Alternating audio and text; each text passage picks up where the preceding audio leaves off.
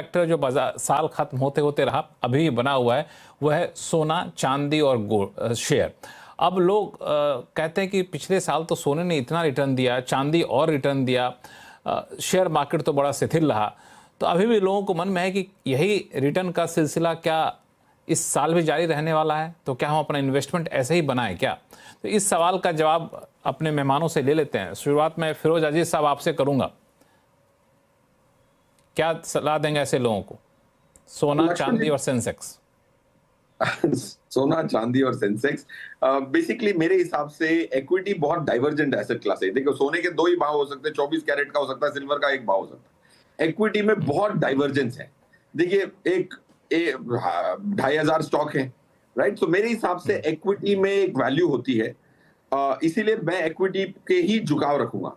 अगर आपका पैसा डेट में पड़ा हुआ है, हमेशा मैंने यही कहा है, 10 साल से कहा है, अगर आपका पैसा डेट में है, डेट से प्रेम करने के बदले अगर आप गोल्ड में प्रेम करेंगे तो ज्यादा अच्छा होगा। तो आधा पैसा आपका डेट का गोल्ड में होना चाहिए, स्टैगर करके होना चाहिए। आज $4,400 का भाव है एक ट्रॉय आउंस का। तो आज अगर आप गोल्ड खरीदेंगे तो मेरे हिसाब से आपको नुकसान होगा साल भर में। That's my submission. तो आप इतनी जल्दी ना करें, बट अगर आपका डेट का पैसा है तो उसको आधा गोल्ड में रख सकते हैं, स्टैगर फंड। सिल्वर की तो बात भी मत करें। कोई भी अगर एक भाव दिन के 5-7% मूव कर सकता है, 13 साल तक नेगेटिव रिटर्न दिया था, 2024 11 से लेके 2024 तक 13 साल तक वो पीक पे नहीं आया था। मैं इसीलिए याद है क्योंकि आनंद राठी जब ज्वाइन किया था 2012 में, तब से सिल्वर मैं वेट करता करता थक गया। 2024 तक वो पॉजिटिव में नहीं आता। अब एक साल में इतनी रिटर्न जो आप स्क्रीन पे दिखा रहे हैं, वो 13 साल को बुलाने के लिए काफी ऐसा भी तो हो सकता है कि सिल्वर भी इंतजार कर रहा हो कि फिरोज अजीज साहब कब थक जाए ताकि उठना शुरू किया जाए। मैंने सोचा वनवास के लिए भी जाता तो उसके पहले बचा लिया। Silver is a very different animal. उसमें घुसना, दो कंट्रियां लड़ रही हैं उसकी कंट्रोल में, आप जब हाथी लड़ते हैं तो फील्ड पे जो तबाही मचती है, उसमें फोमो में ना जाएं, मेरा ये मानना है। Otherwise of course excitement, trading instrument बहुत अच्छा है, वॉलेटिलिटी ज्यादा है, डेरिवेटिव की अगर किसी को ब्लैक शोल की समझ हो तो बहुत पैसा बनाने के लिए है। नहीं तो मोटा मोटी आप ये कहना चाह रहे हैं कि अगर आप डेट में पैसा लगाए हुए हैं तो डेट का 50% आप गोल्ड में लगा लीजिए, लेकिन इक्विटी का पैसा जो लगाने वाला है उसको गोल्ड में मत लगाइए, राइट? बिल्कुल सर, बिल्कुल। और स्टैगर करके लगाइए, ये मैं पहले से कह रहा हूं। बट 10-12% गोल्ड में रिटर्न कंपाउंडेड आ सकता है, बट स्टैगर करना पड़ेगा। 12 महीने की स्टैगरिंग करनी पड़ेगी, क्योंकि डॉलर की एप्रिसिएशन का भी आपको थोड़ा फायदा तो मिल ही जाता है गोल्ड।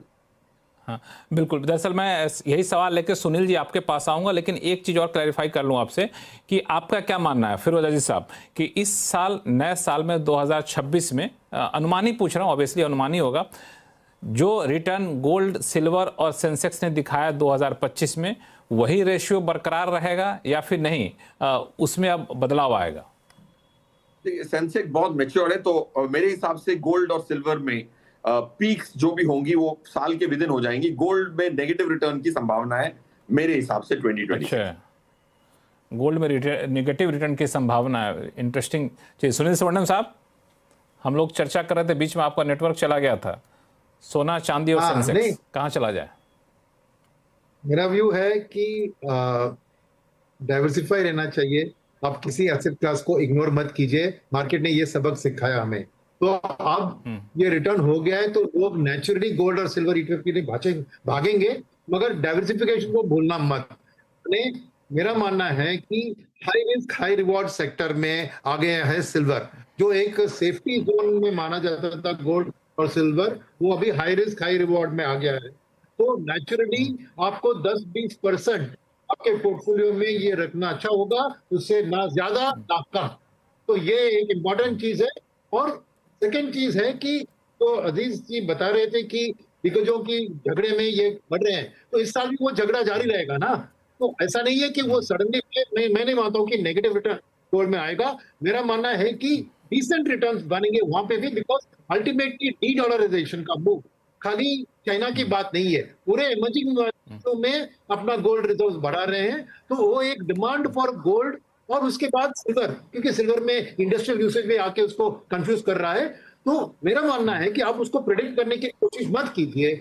आप 10 से 20% आपके कैपिटल के बेसिस पे आपके पोर्टफोलियो में रखिए gold plus silver combined as well diversification too. तो यहाँ शिफ्ट करना, वो शिफ्ट करना, जैसे इक्विटी में आपको स्मॉल कैप का भी शेयर आपको ध्यान से लेना है, वैसे ही गोल्ड और सिल्वर का भी ध्यान से लेना है। ऐसा नहीं कि एक साल में कोई भी इक्विटी मार्केट का रिटर्न या गोल्ड का रिटर्न कोई प्रेडिक्ट नहीं कर सकते हैं। तो इक्विटी का एक बाउंस बैक यार हो सकता है, इसलिए डबल डिजिट रिटर्न इक्विटी से आएगी ये उम्मीद रख के चल रहे, मगर गोल्ड और सिल्वर भी डबल डिजिट दे सकते हैं। तो इसलिए मेरा मानना है डाइवर्सिफिकेशन, डाइवर्सिफाई करके रखिए अपने अपने। हाँ, ये दरअसल किस्तों में डालिए, एक ही साथ सारा पैसा एक ही जगह मत डालिए, अलग अलग हिस्से में बांटिए। जो थंब रूल रहा है सेक्टर डाइवर्सिफिकेशन का, उसका पालन करिए। जैन साहब। देखो Lakshman ji, I think multi asset fund, flexi fund, I think they are the flavour of day, और मेरे को लगता है 2026 में भी वो बना रहेगा। सो टू से कि गोल्ड सिल्वर में जिस तरह की रैली आई है कि it's a done deal now, कहना मुश्किल है। अगर हम बात करें, जैसे गोल्ड सिल्वर रेशो की बात करते हैं, एक टर्मिनोलॉजी चलती है, ये करीब 50 से 80 जनरली चलती है। तो आज से कुछ महीने पहले हमने देखा था ये 90 तक हो गई थी, तो लग रहा था कि definitely silver is very under priced, और वहां से अब रेशो करीब 60-61 के करीब आ गई है। This could come down to 55-56 में भी।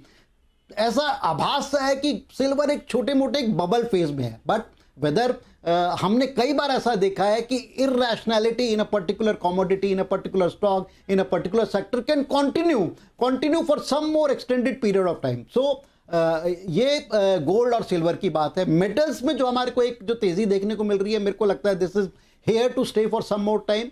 सो मेटल्स में हमारे को बने रहना चाहिए। गोल्ड में मेरे को लगता है कि एसेट एलोकेशन डिसेंट लेवल की, क्या वो 5-10%, 15% कहना मुश्किल है, पर एक गोल्ड में एलोकेशन होनी चाहिए। उसके अलावा जिस तरह की इस टाइम हम देख रहे हैं कि सेंसेक्स वर्सेस गोल्ड जो एक रेशो की कई बार बात करते हैं, सेंसेक्स वर्सेस या निफ्टी वर्सेस गोल्ड रेशो की बात करते हैं।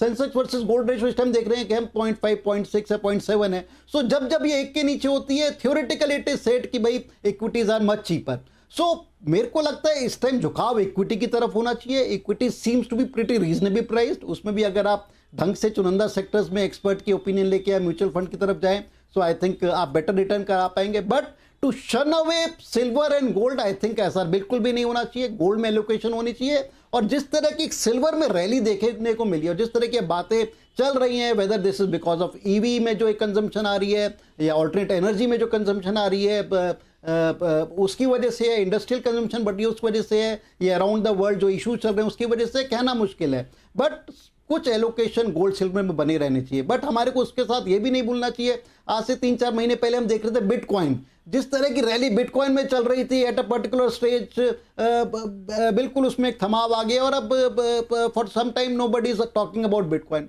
सो मल्टी एसेट एक एलोकेशन होनी चाहिए, गोल्ड में भी एलोकेशन होनी चाहिए, बट झुकाव मेरे को लगता है कि इस टाइम इक्विटी की तरफ होना चाहिए।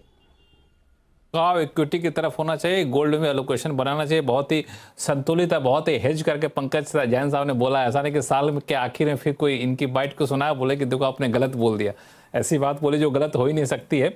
गौरांग शाह साहब, इसमें एक सवाल जो उठता है बार बार सिल्वर को लेकर, क्योंकि सिल्वर में फिरोज अजीज साहब ने कहा वोलेटिलिटी बहुत ज़्यादा, तो दूरी रहे तो ज़्यादा अच्छा है। पंकज जैन साहब गोल्ड को लेकर है, लेकिन जो एक थंब रूल है कि भाई इंडस्ट्री यूज इतना ज़्यादा है, सप्लाई बिल्कुल नहीं है, डिमांड सप्लाई गैप लगातार बढ़ता जा रहा है और ये सिल्वर के प्राइस में रिफ्लेक्ट कर भी रहा है। तो अब चूंकि लोगों के पास सिल्वर तो फिजिकल खरीदने की जरूरत भी नहीं है, वो तो ETF खरीद सकते हैं, यूनिट खरीद सकते हैं। तो आप लोग क्या सलाह देते हैं कि आप इसमें ध्यान देते हैं कि नहीं? मैं चाहता था कि आप मुझे ये प्रश्न आखिर में पूछे और एक समीकरण जो बाकी 3 महानुभावों ने दिया है, उसका एक समीकरण NBC आवाज के दर्शकों को मैं थोड़ा बहुत और स्पष्ट रूप से समझाने का प्रयास करता हूं। बिल्कुल। तो लक्ष्मण जी, 2007-8 में इक्विटी के अलावा मेरा आकर्षण सोने के तरफ गया। उस समय पर 10 ग्राम यानी कि 10 ग्राम सोना या 1 तोला सोना का दाम हुआ करता था करीबन 7,000 या 8,000 के बीच में। और ये मेरे अंदर से एक जागरूकता या फिर एक साहस हुआ कि नहीं, इक्विटी को छोड़ करके प्रेशियस मेटल में सोने पर थोड़ा ध्यान देना चाहिए। काफी लोगों ने मेरी सोच और विचारधारा को बहुत ही नकारात्मक और बेवजह बिना बुनियाद की बताई। मैं खुश था कि कोई मुझे नेगेटिव्स दे रहा है और इसको नकार रहा है, तो मेरा उत्साह और बढ़ गया। उस समय से लेकर के आज के तारीख तक और आने वाले भविष्य में सोना, चांदी और एक और प्रेशियस मेटल जिसकी चर्चा हम नहीं कर रहे, वो है प्लेटिनियम। अनफॉर्चुनेटली दुर्भाग्यपूर्ण प्लेटिनियम को लेकर के हमारे भारत देश में मेरे ख्याल से ऐसा कोई प्लेटफॉर्म नहीं है। आप फिजिकल खरीद सकते हैं, वरना आप उसको ईटीएफ या फिर म्यूचुअल फंड के द्वारा प्लेटिनियम को नहीं खरीद सकते, और प्लेटिनियम ने भी अच्छा खासा रिटर्न खड़ा करके दिया है। तो मैंने 2007-8 से जब ये समझना शुरू किया, तो तब से लेकर के आज के तारीख में, और मैं एक चीज हमेशा कहता हूं, जब भी मैं निवेशकों को जागरूक करने का अभियान जो हम चलाते हैं, इन्वेस्टर अवेयरनेस प्रोग्राम, तब एक चीज मैं, अगर आपके पास 100 रुपए हैं और वो अगर आप निवेश करना चाहते हैं, आपकी जोखिम झेलने की क्षमता, आपकी उम्र और आपको कितना रिटर्न चाहिए, ये सब मापदंड करके कम से कम 15 या 20% उस 100 रुपए का, यानी कि 15 या 20 रुपया आप सोने और चांदी से जुड़े हुए एसेट क्लासेस में निवेश कीजिए। जहां पर सोने में तो 3 प्रकार है, गोल्ड सॉवरेन बॉन्ड्स है, अभी शुरू किए, बीच में बंद हो गए थे, गोल्ड ईटीएफ है और गोल्ड म्यूचुअल फंड है। वैसे silver ETF, silver mutual fund है। तो कम से कम 15 से 20 रुपया आप इन एसेट क्लास, जिससे डाइवर्सिफिकेशन होगा, अनुशासन होगा, और एक नम्र विनंती है कि रिटर्न आपको जो इक्विटी में मिलता है 1 साल में या 2 साल में, उसकी तुलना आप गोल्ड और सिल्वर से मत कीजिए, क्योंकि ये अलग प्रकार के प्राणी हैं। जैसे अजीज भाई ने बताया, आपको आप निवेश करके भूल जाइए उसको, 2 साल 3 साल तक कुछ नहीं करेगा, लेकिन जब ये चलेगा, जो खोया हुआ समय है उसकी भरपाई करके दे।